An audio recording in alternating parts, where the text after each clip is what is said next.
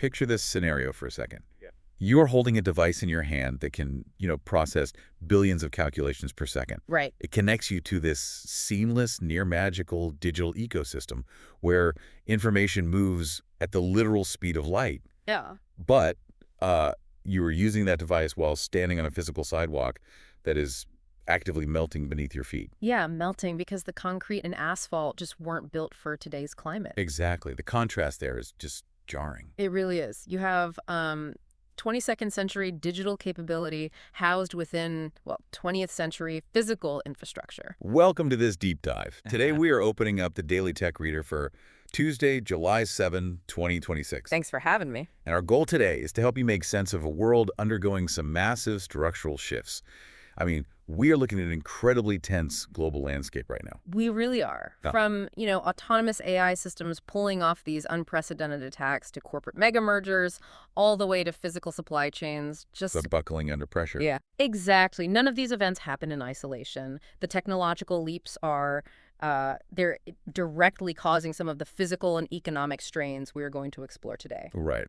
Before we start connecting all those dots, I do want to set a clear ground rule for our discussion today. Oh, definitely needed today. Yeah. Our sources today touch on some highly charged political realities. So we will be discussing moves made by the current U.S. administration, ongoing international conflicts, and, highly debated legislation. Mm-hmm. Let me be perfectly clear about this. We do not take any political side on this show.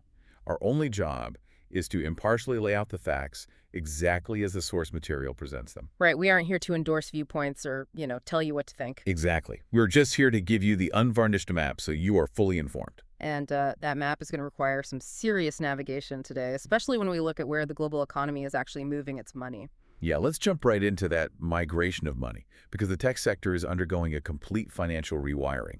It really is. AI is no longer just this speculative bubble. Right. It's exacting an immediate, tangible cost on the human workforce. I was looking at the numbers from Anthropic and OpenAI, and wow, the balance of power is totally shifting. It is. Fortune confirmed today that Anthropic has actually officially overtaken OpenAI in revenue. Wait, really? Yeah. Overtaken them? Yeah. They are sitting at a $47 billion annualized run rate right now. Wow. Meanwhile, OpenAI is trailing at around $30 billion. That's a huge gap. What's driving that? The primary driver for Anthropic's surge is their enterprise adoption of a tool called Claude Code. And as of today, their Fable 5 model moved entirely to usage credit billing. Hold on, let's clarify that. For anyone who isn't, managing a massive IT budget, moving to usage credit billing, how does that fundamentally change the business? Well, historically, software was sold as a subscription, right? You pay a flat fee per month, whether you use the software once or, 1,000 times. Right, like Netflix. Exactly. But usage credit billing treats AI more like electricity or water. You're paying for the actual computational power you consume. Oh, wow. Yeah, so Anthropic is essentially saying we are no longer just a software app. We are an elemental utility. And Claude Code is literally an AI that writes software for major corporations, right? Right. The demand for that automated labor is what's driving this massive revenue. But the hardware required to run that utility, it has to come from somewhere, which brings us to Microsoft. Yeah, Microsoft. They are spending a mind-bending $190 billion on AI infrastructure. $190 billion. It's staggering. But to fund that, the human cost is just brutal. Yeah. I mean, they're cutting 4,800 jobs. That's about 2.1% of their workforce. And a lot of that is concentrated in one area. Right. They were completely gutting the Xbox gaming division. Like 3,200 cuts specifically in Xbox through fiscal year 27. Yeah.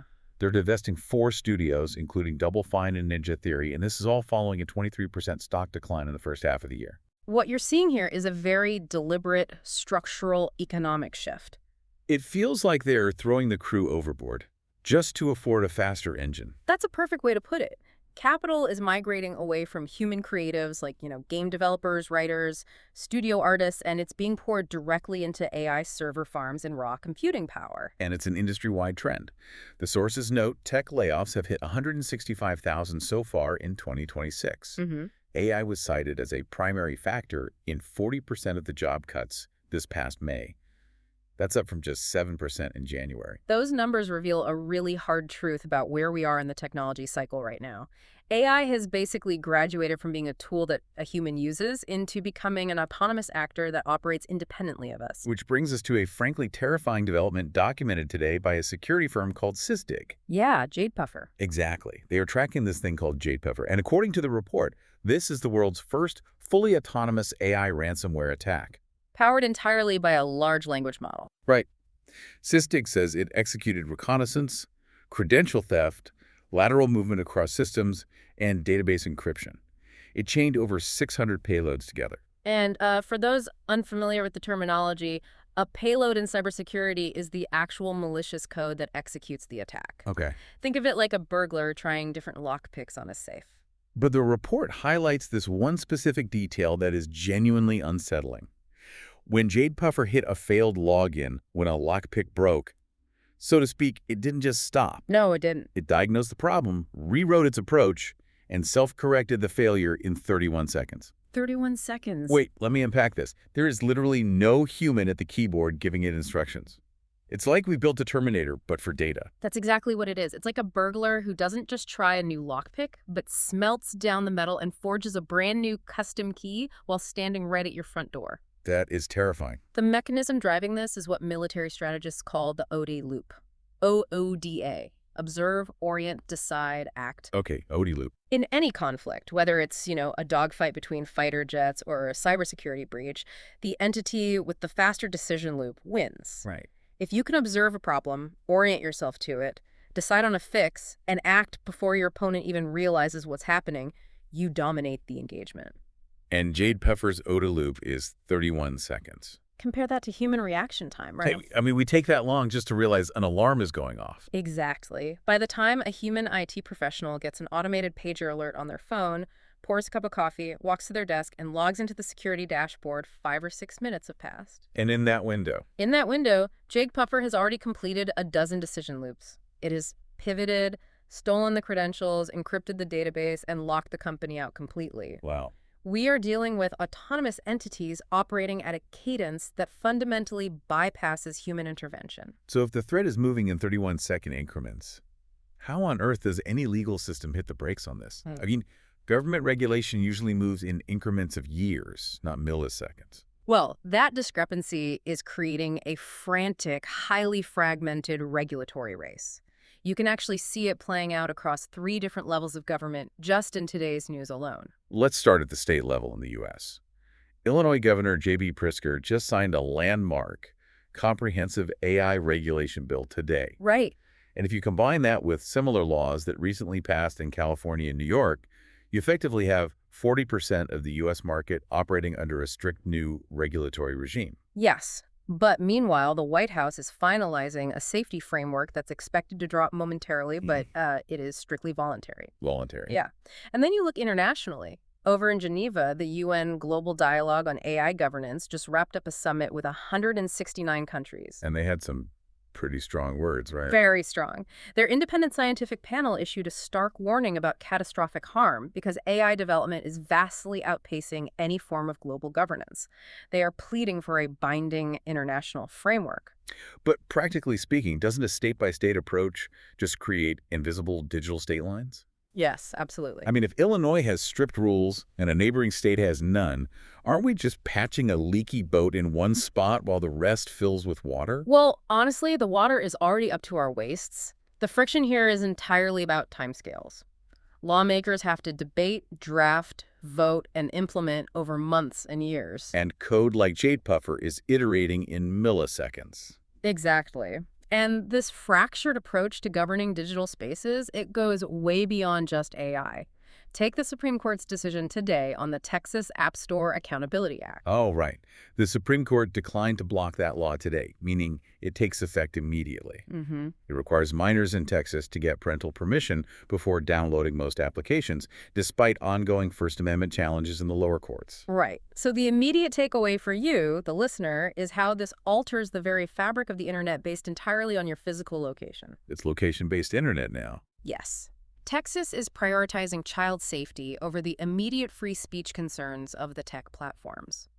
But it means a teenager sitting in a bedroom in Texas is now experiencing a fundamentally different, heavily gated internet than a teenager sitting in a bedroom just across the border in New Mexico. So we are seeing physical borders aggressively reasserting themselves in the digital world. We really are. The irony there is that while governments are trying to draw these neat, clean borders in the digital space, the actual physical map of the world is a complete geopolitical pressure cooker. Oh, absolutely. It makes you wonder how leaders can even focus on tech regulation when they're actively dealing with kinetic warfare. It's a miracle they can focus at all. The global map of flashpoints today is deeply concerning, and it really dominated the NATO summit currently happening in Ankara. Let's unpack that Ankara summit. President Trump arrived and immediately expressed heavy disappointment with the alliance. Yeah, he didn't hold back. No, he's threatening a further pullback of U.S. involvement. He actually stated he might not have even attended if not for his relationship with Turkey's President Erdogan. Right, and he is seriously considering selling F-35 fighter jets to Turkey despite an active congressional ban. On top of that, he is pushing European allies to hit a staggering 5% GDP target for defense spending. And, the tension in those diplomatic rooms is heavily amplified by what is happening on the ground in real time. Just hours before the summit opened, Russia bombarded Ukraine's capital, Kiev, with dozens of missiles and hundreds of strike drones. At least 11 people were killed. Yeah, the timing was very deliberate. And Ukraine's President Zelensky is actively attending this summit while his capital is under fire. It's incredibly tense. Listening to this Ankara summit sounds like attending a tense family reunion where half the house is actively on fire. That's a grim but very accurate analogy, and it's not isolated to Eastern Europe either. Down in the Strait of Hormuz, Iran attacked a cargo vessel after the ship reportedly ignored warnings. The diplomatic channels surrounding Iran are equally strained right now, too. Very much so. Our sources highlight that Iran has actually filed a lawsuit alleging the Trump administration shared identifying information about Iranian asylum seekers directly with the government in Tehran. Right. And again, honoring our commitment to neutrality, we are simply reporting the existence of the lawsuit exactly as outlined in the source material, but the allegations obviously raise severe safety questions regarding individuals who fled the regime to seek U.S. protection. Absolutely. And then if we look toward the Pacific, the militarization just continues to escalate. Right. Australia and Fiji just signed a mutual defense treaty. Yeah. Designed specifically to counter Chinese influence in the region. And Australia underscored that treaty signing by test-firing a ballistic missile with a dummy warhead on the exact same day. Talk about a visible projection of hard power. Right. Notice the irony here, though. You have political leaders threatening to pull back from historical alliances at the exact moment. Military spending is basically exploding to handle these multiple simultaneous flashpoints. Look at the specific contracts NATO Secretary General Mark Rutte announced in Ankara today. I mean, they are investing billions. Yeah, the drone contract. Right, including the purchase of 5 high-altitude Northrop Grumman drones and a massive $40 billion allocation specifically for counter-drone technology over the next 5 years. $40 billion, just to shoot down other drones. It's staggering. The underlying logic there is airspace saturation. What happened in Kiev hours before the summit proves that warfare is no longer just about massive, expensive fighter jets. Right. The airspace is completely flooded with cheap, lethal, autonomous technology. So governments can talk about pulling back behind their borders all they want, but their defense budgets reflect the reality of a hyper-interconnected, highly vulnerable physical world. And that vulnerability extends far beyond military conflict. Because while we are pouring hundreds of billions of dollars into AI servers and counter-drone defense grids, the literal ground beneath our feet is giving way. We are seeing a severe strain on basic, everyday physical infrastructure. Yet, take the U.S. heat wave. The July 4th heat wave has left at least 25 people dead in New Jersey alone. And it's not just a human toll. The infrastructure is failing. Right. The extreme heat dome is putting so much stress on the infrastructure that roads are literally buckling across multiple states. The mechanism behind those buckled roads is thermal expansion. How does that actually work? Well, asphalt and concrete are rigid materials, right? When they are subjected to sustained triple-digit temperatures, they naturally expand. But they have nowhere to go. Exactly. Because they are laid flat with nowhere to go, the immense pressure forces them to push upward and shatter. We are watching basic physics completely override human engineering. And the scientists at World Weather Attribution published a rapid analysis stating this level of heat intensity was virtually impossible without fossil fuel-driven climate change. The CDC is reporting dangerously high rates of heat-related emergency room visits across the entire Northeast right now. I mean, we just talked about Microsoft throwing $190 billion at AI, yet we can't keep our own highways from melting in the sun. The disconnect is wild. It's a massive disconnect. Yeah. And we struggle with even basic disaster assessment now. Look down in Venezuela. The earthquakes. Yeah, the government says roughly 3,000 people died in the twin 7.2 and 7.5 magnitude earthquakes along the La Guaira coast.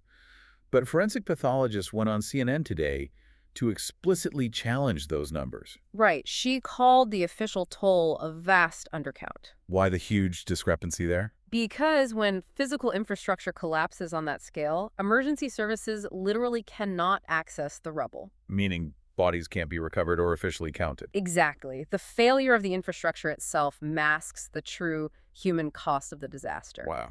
And you see a very similar fragility in global health infrastructure. Take the Democratic Republic of Congo, where the physical toll of the Ebola outbreak just continues. Right. Clinical trials are finally beginning for 2 drugs against the Bundibugyo strain, but it's already killed hundreds. And right now, there is still no approved treatment or vaccine. So when you lay all these stories side by side, a very clear picture emerges for you, the listener. Which is? Your digital avatar doesn't catch Ebola, and your cloud data doesn't drive on a shattered, melting highway. We are funneling our capital and our best engineering minds into digital spaces, while the physical level where you actually breathe, travel, and live is suffering from chronic underinvestment and environmental collapse. So how is the average person experiencing these massive structural shifts day to day? I mean, beyond the extreme disasters, how is this reshaping daily life, like where people live, how they entertain themselves, what they watch? The dominant theme trickling down to the consumer level is aggressive consolidation. Consolidation. Yeah, fewer entities holding much more power over your daily life. Let's look at housing first, then. The 21st Century Road to Housing Act is currently sitting on the president's desk. And the constitutional clock is ticking on that. Right, we are exactly 3 days away from the Friday deadline where it automatically becomes law. President Trump has remained totally silent on it while managing the crisis in Ankara. No signature, no veto. Just letting the clock run out on a bill that directly impacts the affordability of where people can live. Right. And when you look inside those homes, the entertainment landscape is undergoing a massive contraction as well. Oh, yeah. The Paramount Skydance acquisition of Warner Bros. Discovery is currently in active regulatory review. They are targeting a close in the third quarter of 2026 at $31 a share. Which is huge. If regulators allow this to go through, it will create the single largest entertainment conglomerate in U.S. history. And what that means for you is a massive consolidation of intellectual property. Yeah. One entity will control a huge percentage of the studios, the distribution platforms, and the licensing. It usually results in less competition, centralized pricing models, and honestly, fewer choices for the consumer. And we are seeing that exact same push for control over in the gaming industry right now. Sony just announced that all new PlayStation games will be entirely digital only, starting in January 2028. Yep, no more physical discs. And GameStop shares immediately plummeted on the news, going totally digital by 2028. It feels like Sony is burning the bridge while physical retailers are still actively trying to walk across it. Is physical media officially dead? Well, it makes complete sense from Sony's corporate perspective. They are burning it because physical media is a massive expense. Right. Sony doesn't want to pay for disc manufacturing or global shipping logistics or, give a cut of the profits to a retail middleman like GameStop. They want a closed, highly efficient digital ecosystem. Exactly. But the cost of that efficiency is passed directly to you. When games go entirely digital, you lose physical agency. You no longer own the game. You are merely licensing the code. Wow, yeah. If Sony decides to revoke a license or shut down a server, your access just vanishes. So everything is being funneled into these closed digital loops. But occasionally, the physical world still breaks through and dictates our reality, especially in live sports. Oh, for sure. There's no digital workaround for a terrible performance on a soccer pitch. No, the emotional stakes of live sports remain stubbornly immune to technological efficiency. And for the U.S., those stakes ended in complete heartbreak today.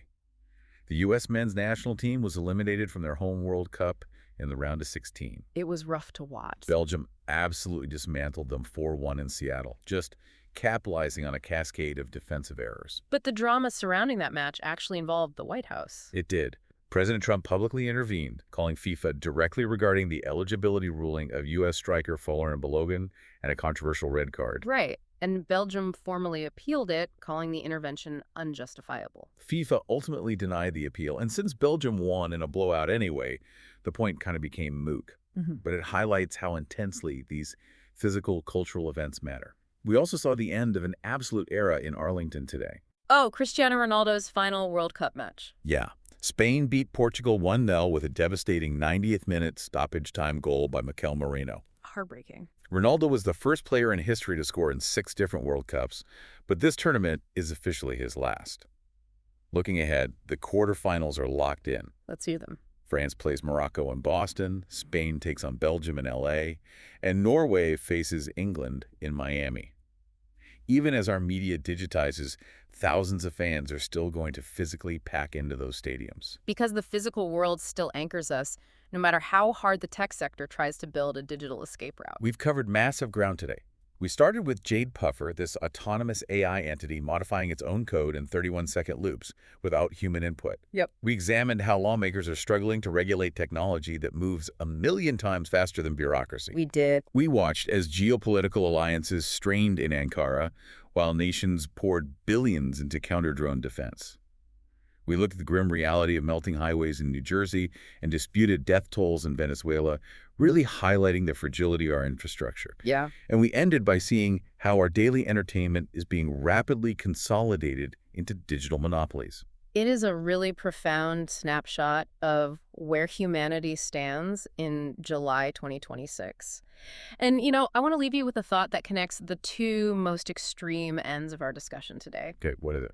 Well, we established that human-managed physical infrastructure, our power grids, our asphalt highways, our disaster response logistics, it is all literally buckling under the pressures of climate change and bureaucratic inefficiency. Right. It is failing faster than we can repair it. At the exact same time, we have built autonomous AI systems like Jade Puffer that can diagnose complex systemic failures and rewrite their own solutions in 31 seconds. So the inevitable question we have to ask ourselves is this. How long will it be before governments, just completely overwhelmed by the collapse of the physical world, are forced to hand over the management of our actual infrastructure, our traffic grids, our power distribution, our supply chains, to the very AI systems they are currently so desperate to regulate? Wow. At what point do we realize we actually need the machine's 31-second decision loop just to survive in the physical world? Handing the keys of our failing physical reality over to a 31-second digital mind, that is a heavy, necessary question to chew on. Thank you for joining us on this deep dive. Thanks for tuning in. Keep questioning the systems operating around you. Look for the invisible connections between the digital and the physical, and we will catch you next time.